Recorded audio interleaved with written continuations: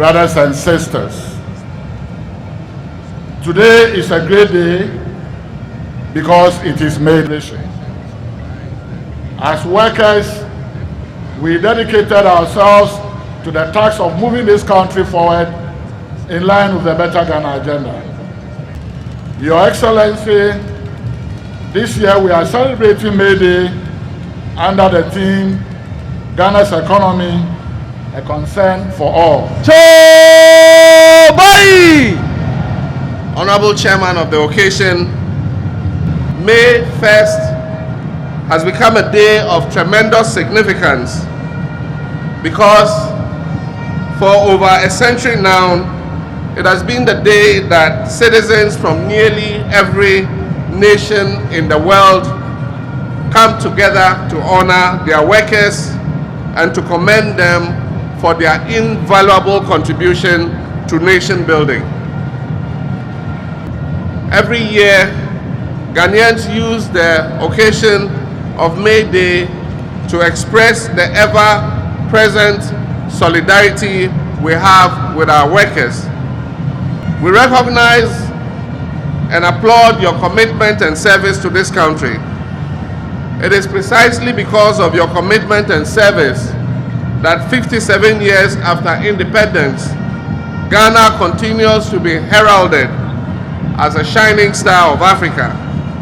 So it is a privilege for me as President to say to you on behalf of all Ghanaians, Aiko. The May Day celebration has also been used as a forum to discuss and reflect on issues that are critical to workers and in the world of work, as well as matters in the interest of progress and social harmony. As a social democratic party and government, we view labor as our natural allies. The welfare of workers has always been a priority for social democrats.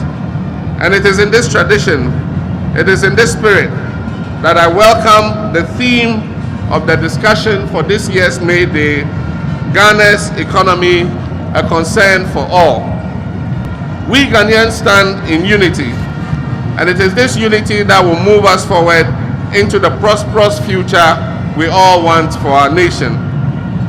I recognize that the frustrations of coping with our current challenges have at times created the impression that we are adversaries. We are not. We are and will remain allies working together for a common cause. I recognize that we need to make greater efforts to improve the channels of communication so that we may strengthen our collaboration. I recognize too that communication involves both talking and listening. Your views are vital to the success of this collaboration, and I assure you that they are received not with contempt, but with careful consideration. It is precisely because of our desire to sustain this sort of collaboration that government was inspired to schedule a national economic forum to take place in the middle of May to continue addressing some of these critical issues and working together to find sustainable solutions. My brothers and sisters, Ghana became a middle-income country rather suddenly, without all of the institutional prerequisites in place. Indeed, we had set a target date of 2020 to become a middle-income country, but we attained that status 10 years ahead of the targeted time. Being mindful of the associated institutional challenges, we have embarked on an agenda of economic and social transformation that will bring our institutions of policy making and development management in line with those of a lower middle income country, and ultimately to place them in line with those of an upper middle income country. Many of the current challenges we are facing are precisely because of the apparent disconnect between our newfound middle income consumption habits and our low income productive capacity. The National Development Planning Commission is working with all stakeholders to address this disconnect. They have been tasked to produce a transformation agenda that will be outdoored to the nation before the end of this year. In the recent past, the TUC has consistently spoken of the deterioration in some of our key social indicators. We are aware of these challenges, many of which are the result of underinvestment in key social institutions. In other words, some of the mistakes of our past have finally caught up with us. I say this not to apportion blame to any particular government. Every administration reaps the rewards of the successes and at the same time shoulders the blame for the failings of every government that served before it. One of the reasons for this is that social indicators can unfortunately take a long time to change for the better or for the worse.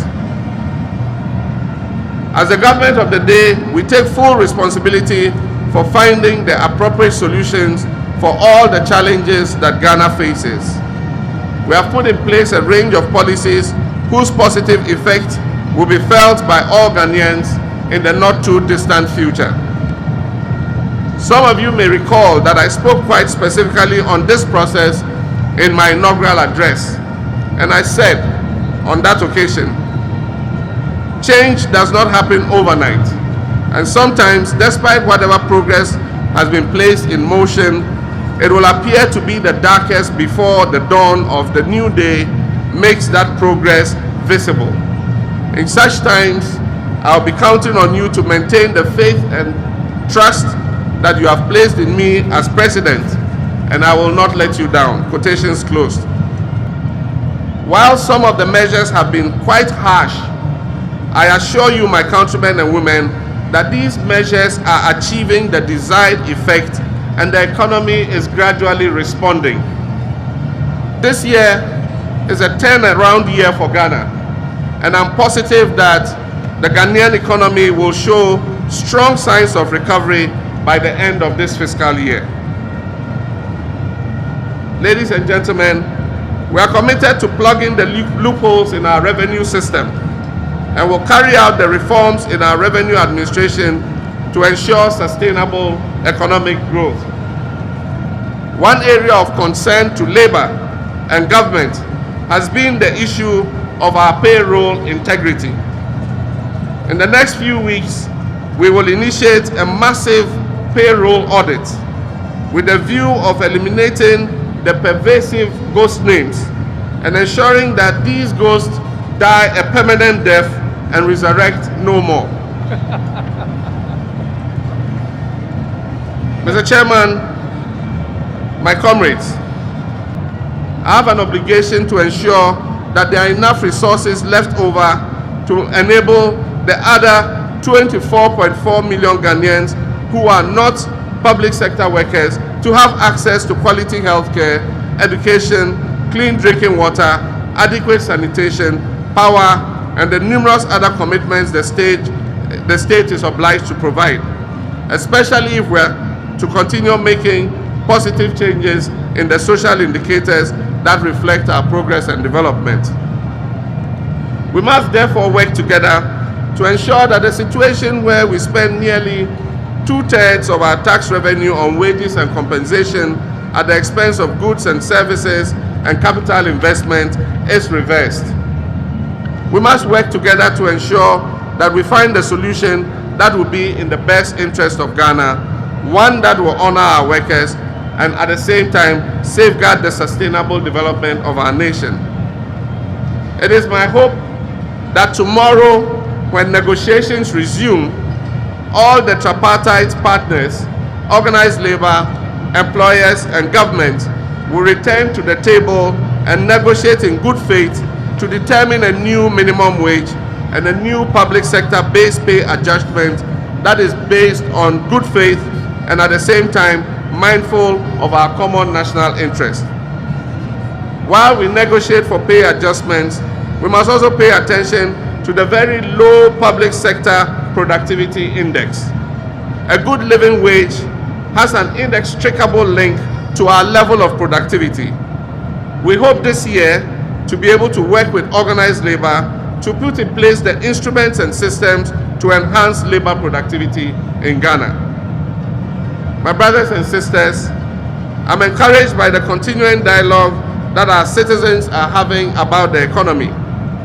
I'm encouraged by everyone's desire and determination to make sure our nation is indeed moving in the direction of prosperity. If we are to succeed, we must all keep our shoulders to the wheel. We must all play our part. And that is what today's celebration is all about. Congratulating and thanking you, our workers, for the part you play every day in the building of our nation. And so, on this auspicious occasion, allow me once again, in solidarity and support with our gallant workers, to say, Ayiko, you have made us proud.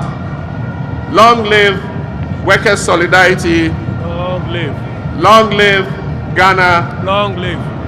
Long live the people. Long live. Thank you for your kind attention. Long live.